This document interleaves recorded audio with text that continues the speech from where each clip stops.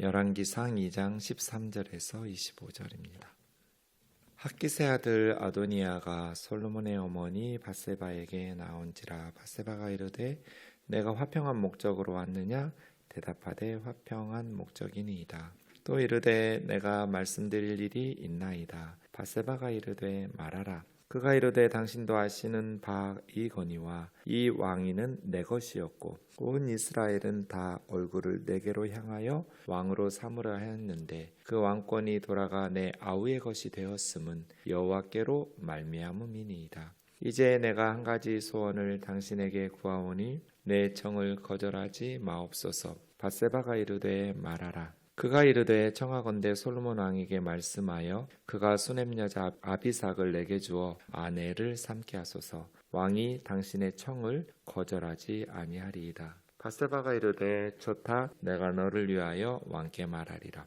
밧세바가 이에 아도니아를 위하여 말하려고 솔로몬 왕에게 이르니 왕이 일어나 영접하여 절한 후에 다시 왕좌에 앉고 그 어머니를 위하여 자리를 베푸니 그가 그의 오른쪽에 앉는지라. 밧세바가 이르되 내가 한 가지 작은 일로 왕께 구하오니 내 청을 거절하지 마소서. 왕이 대답하되 내 어머니여 구하소서. 내가 어머니의 청을 거절하지 아니하리이다. 이르되 청하건대 수넴 여자 아비삭을 아도니아에게 주어 아내로 삼게 하소서. 솔로몬 왕이 그 어머니에게 대답하여 이르되 어찌하여 아도니아를 위하여 수넴 여자 아비삭을 구하시나이까? 그는 나의 형이오니 그를 위하여 왕권도 구하옵소서. 그뿐 아니라 제사장 아비아달과 수레의 아들 요압을 위하여서도 구하옵소서 하고 여호와를 두고 맹세하여 이르되 아도니아가 이런 말을 하였은즉 그의 생명을 잃지 아니하면 하나님은 내게 벌 위에 벌을 내리심이 마땅하니이다. 그러므로 이제 나를 세워 내 아버지 다윗의 왕위에 오르게 하시고 허락하신 말씀대로 나를 위하여 집을 세우신 여호와께서 살아계심을 두고 맹세하노니 아도니아는 오늘 죽임을 당하리라 하고 여호야다의 아들 브나야를 보내매 그가 아도니아를 쳐서 죽였더라. 솔로몬이 왕이 되는 과정이 순탄하진 않았죠. 아도니아가 어찌 보면 그만큼 자격이 있다고 스스로 생각했을지는 모르겠지만 하나님과 아버지 다윗의 뜻은 아니었기 때문에 솔로몬에게는 여전히 남아있는 또 핵심적인 사람들, 아버지 시대의 군사령관이었던 요압 그리고 대제사장이었던 아비아달, 이 두 사람도 가담하고 또 왕자들, 솔로몬의 입장에서 보면 형들, 동생들도 그 잔치에서 아도니아를 지지하고 또 적지 않은 사람들도 그들의 편에 있었기 때문에 아직 솔로몬의 왕권이 안정되어 있는 시기가 아니었거든요. 그래서 제가 말씀드렸지만 기브온 산당에서 1000번제를 드리면서 하나님 앞에 도움을 요청하는 솔로몬 왕의 모습을 보면 정권 초기에 솔로몬의 왕권은 아직 좀 불안정한 상태였다고 보아야 됩니다. 그러한 때 아도니아가 솔로몬의 어머니 밧세바에게 나옵니다. 솔로몬의 어머니 밧세바 이렇게 말함으로써 솔로몬에게 영향력을 행사할 수 있는, 아마 솔로몬 왕이 어머니의 청을 거절하지 못할 거야 라는 생각을 가지고 밧세바에게 나왔겠죠. 밧세바는 우선 경계심을 드러냅니다. 내가 화평한 목적으로 왔느냐, 자기 아들 솔로몬에게 걸림돌이 되지 않기를, 문제를 일으키지 않기를 원했겠죠. 그때 이제 화평한 목적이라고 말합니다. 결국 이제 수넴 여자 아비삭을 아내로 삼게 해달라고 요청하는 것인데 명확하지는 않습니다. 왜냐하면 아도니아의 의도가 어디 있었는지 진심은 알기 어렵죠. 그래서 성경학자들도 둘 중 하나로 이렇게 갈라집니다. 정치적인 의도가 있었다. 그래서 후위를 도모하고 정치적인 세력을 규합해서 틈을 노리고 있는 어떤 정치적인 야욕을 가지고 있는 요구였다. 이렇게 볼 수 있었겠고요. 왜냐하면 압살롬의 쿠데타 사건이 있었을 때 다윗 왕의 후궁 10명을 왕궁 옥상에서 압살롬이 아버지의 후궁들을 겁탈하잖아요. 성적인 겁탈을 함으로써. 그것이 이제 우리 시각으로 보면 어떻게 저렇게 아버지의 여자들을 하면서 백성들이 볼 때는 이런 사람이 어떻게 왕이 될 수 있겠느냐 하고 오히려 정치적으로도 손해가 될 것 같은 저 정도의 인간성을 가진 인격을 가진 사람이 어떻게 통치자가 되겠어?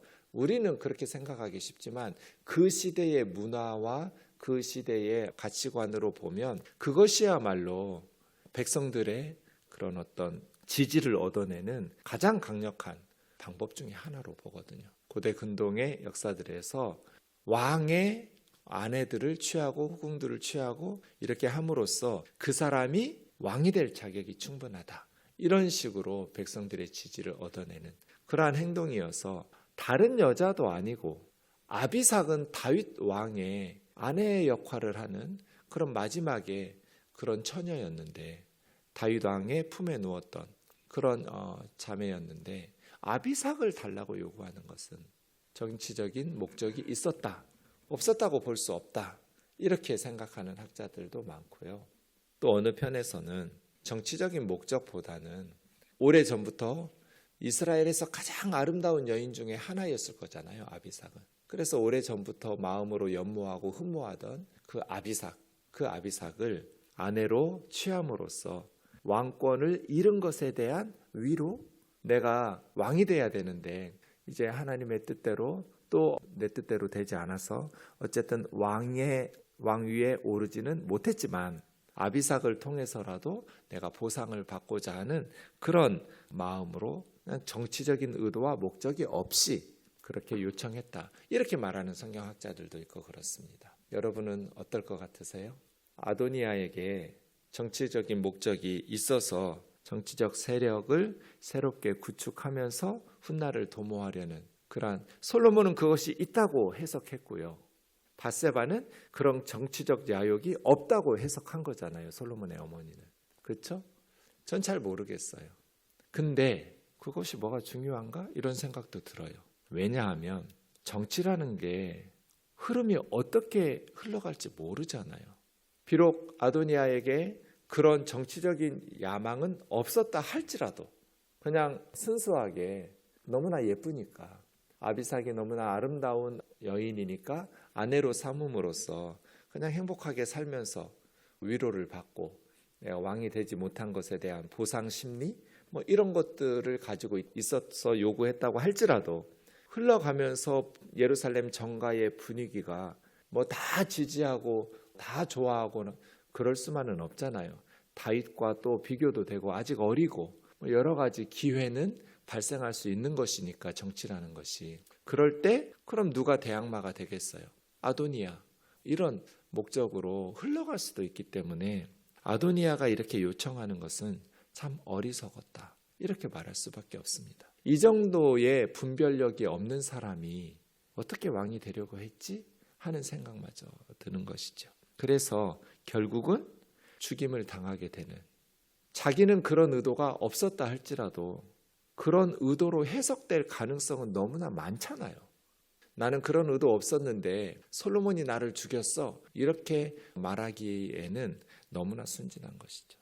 두 가지를 말합니다. 15절에 보면 자신이 왕이 돼야 될 자격이 충분했었다라고 두 가지 이유를 말하는데 이것도 좀 그렇죠.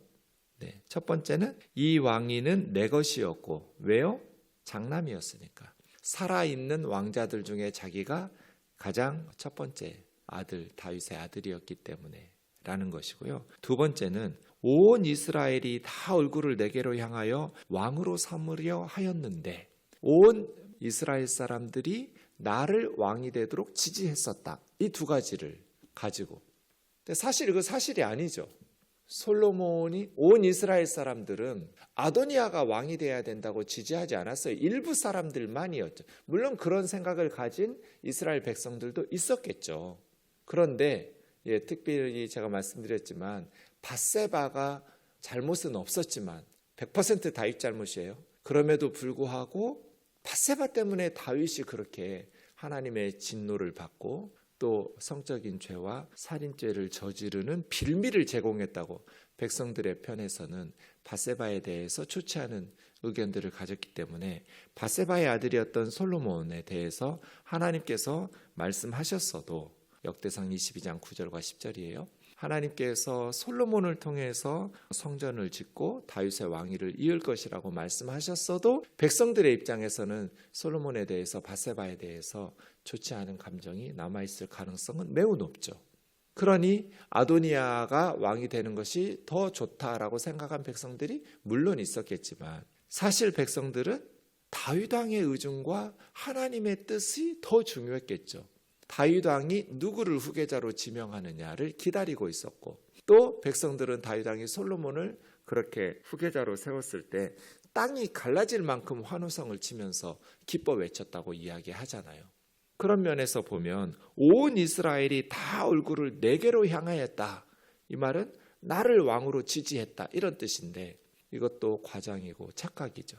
그러니까 예나 지금이나 정치인들이 자기를 지지하는 소수의 지지자들을 의지하면서 정치하면 안 되는 거죠.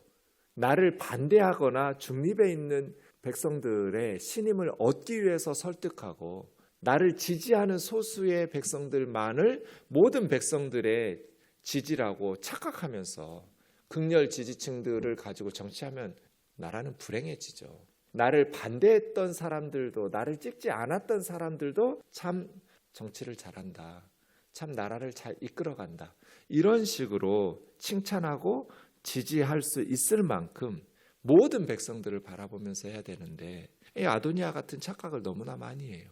온 이스라엘이 다 얼굴을 내게로 향했다는 거예요. 거짓말이에요. 근데 아도니아는 그렇게 생각하고 착각하고 있을 수 있잖아요. 왕이 될 자격이 나는 충분했었고 원래는 내가 왕이 되어야 했다. 그런데 왕권이 아우의 것이 된 것은 여호와로 말미암음이다. 맞죠? 하나님의 주권적인 선택이었어요. 1장 48절에서 다윗이 일어나 하나님 앞에 경배하면서 내 눈으로 내 왕위를 이을 솔로몬이 오르는 것을 보게 하시니 감사합니다. 하나님 앞에 이스라엘의 하나님 여호와께 감사하는 장면, 다윗의 장면도 나오지만 하나님께서 하신 일이 분명해요. 그러니까 이렇게 함으로써 하나님께서 정하셨으니까 아비삭을 요구하는 것이 정치적인 의도는 없었다라고 보이게 했는 건지, 정말로 정치적인 야망은 이제 깨끗하게 지웠는지, 그건 아무도 알 수 없죠. 또 설령 깨끗하게 지웠다 할지라도 앞으로 정치가 어떻게 흘러가느냐에 따라서 아도니아는 얼마든지 솔로몬의 잠재적 위협 세력이 될 수 있었겠죠. 한 가지 소원을 요청하는데 거절하지 마세요. 이야기하라고 아비삭을 요구하게 됩니다. 그래서 18절에 밧세바는 내가 왕께 말하겠다고, 여기서 내가가 강조되어 있습니다. 내가, 솔로몬의 어머니 밧세바가 이렇게 솔로몬에게 얘기하려고 밧세바가 왔을 때 솔로몬이 왕의 자리에서 일어나서 어머니에게 절을 하고 다시 왕의 자리에 앉으면서 오른쪽 왕좌 우편에 앉는다는 것은 가장 영광스러운 권력과 힘, 권위의 상징이죠. 그렇게 어머니를 솔로몬은 정중하게 대하고 있다는 것을 보여줍니다. 그러니까 밧세바가 이렇게 이야기했겠죠. 근데 20절에 보면 한 가지 작은 일을 구한다고 말합니다. 그러니까 밧세바는 아도니아의 요청을 하찮게 여긴 거예요. 저는 모르겠어요. 또 그 밧세바의 마음을 들어가 본 적은 없으니까 아비삭을 주는 것이 왕권을 빼앗겠다는 계략으로 보지는 않은 거잖아요. 밧세바는 이것이 여인의 시기 질투, 남편의 그런 어떤 품에 안았던 마지막 여인 아비삭에 대한 질투심이 있었나? 그래서 그냥 아도니아 같은 애에게 줌으로써 그냥 그 아이들 뭐 고만고만하게 이런 식으로 하찮게 여긴 것 같아요. 작은 일이라고 말한 걸 보니까. 거절하지 않겠다고 솔로몬이 말하니까 아비삭을 아도니아에게 주어서 아내로 삼게 하라고. 그때 이제 솔로몬은 즉각적으로 반응을 하죠. 왜 아비삭을 구하십니까? 나의 형이니까 왕권도 구하라고. 그냥 니네 형한테 왕이 주라고 그런 요청도 하시라. 굉장히 강력하게 어머니를 책망하고 있죠. 그뿐 아니라 반역에 가담했던 제사장 아비아달과 군사령관 요압을 위해서도 구하라고. 벌하지 말고 그냥 다 용서하고 그렇게 하라고. 이제 내일 본문에서 아비아달은 추방되고 요압은 처형되고, 여호와를 두고 맹세하여 이르되 아도니아가 이런 말을 하였은즉 그 생명을 잃지 않으면 하나님이 내게 벌 위에 벌을 내리심이 마땅합니다. 아도니아를 죽이지 않으면 하나님이 나를 죽이시는 것이 마땅하다는 거예요. 그런 죄인을 처리하지 않으면 내가 벌을 받아 마땅하다. 아버지를 다윗 왕위에 오르게 하시고 나에게 허락하신 말씀대로 나를 위하여 집을 세우신 여호와께서 살아계심을 두고 맹세하노니 아도니아는 오늘 죽임을 당할 겁니다. 분하야를 보내서 아도니아를 처리하죠.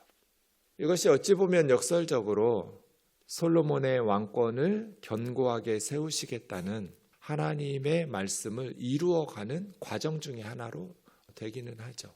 그런 의미에서 우리가 참 분별력을 갖추고 살아가는 것, 이것이 중요하다 싶습니다. 아도니아에 대해서 참 실망스러운 모습, 도대체 다윗은 아들을 어떻게 키웠길래 이런 정도의 인물이었을까 싶습니다. 이 정도의 분별력과 이 정도의 인격을 가진 사람이 어떻게 이스라엘을 나라로 이끌었을까? 하나님께서 굳이 솔로몬을 선택할 이유는 없죠.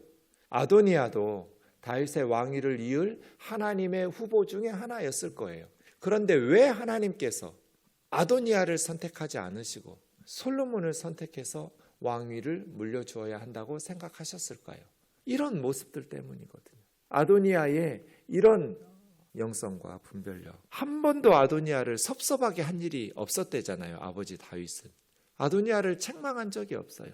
자녀들을 이렇게 키우면 자녀들이 망가져요.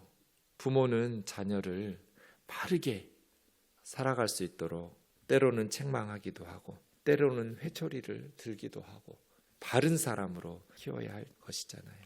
그런 면에 있어서 아도니아가 어리석게 요청을 했다가 자신의 생각을 절제하지 못하고 바른 분별력을 가지지 못하다가 생명을 잃는 그러한 내용이 오늘 본문입니다. 하나님께서 우리에게 주신 삶이 하나님의 뜻을 구하고 하나님의 분별력을 가지고 말씀에 순종하면서 지혜롭게 살아야 되는데 뭐에 꽂히면 특히 남자들은 이게 불구덩이로 들어가는 불나방 같아요. 남들이 다 말리고 주변에서 다 안 된다고 말하는데도 그냥 불구덩이로 뛰어들어요. 자기 생각에는 그래도 되는 것처럼 착각하면서 이렇게 판단을 잘못 내려가지고 결국 생명을 잃게 되고 공동체를 슬프게 하는 그러한 일들이 있는데 하나님께서 저와 여러분에게 지혜를 주시고 겸손함을 주시고 또 하나님의 뜻을 잘 분별할 수 있는 은혜를 베푸시기를 원합니다. 기도하겠습니다. 존귀하신 하나님 아버지, 아도니아는 살아있는 왕자들 중 다윗의 첫째 아들이었고 모든 백성들이 얼굴을 자기에게로 향하고 있었다고 착각합니다. 그래서 자기가 왕이 되어야 했었는데 하나님께서 동생에게 왕위를 넘기셨다고 생각하고 있었습니다. 그렇게 생각하면서도 아비삭을 아내로 요청하고 있는 분별력 없는 순진하고 어리석은 모습을 봅니다. 하나님 아버지, 하나님의 뜻을 분별할 수 있는 지혜를 주시고 공동체를 위해서, 리더를 위해서 어떤 마음을 가지고 어떤 선택을 하며 살아가야 하는지, 무엇이 이스라엘을 위해서 더 유익한 일인지 분별력을 가지고 살아갈 수 있는 그러한 은혜를 허락하여 주옵소서. 하나님, 우리에게 이런 아도니아와 같은 착각과 이런 야망과 또 욕망을 제어하지 못하여서 삶을 무너뜨리고 공동체를 슬프게 하는 어리석은 삶 되지 않도록 인도하여 주옵소서. 예수님의 거룩하신 이름으로 기도하옵나이다. 아멘.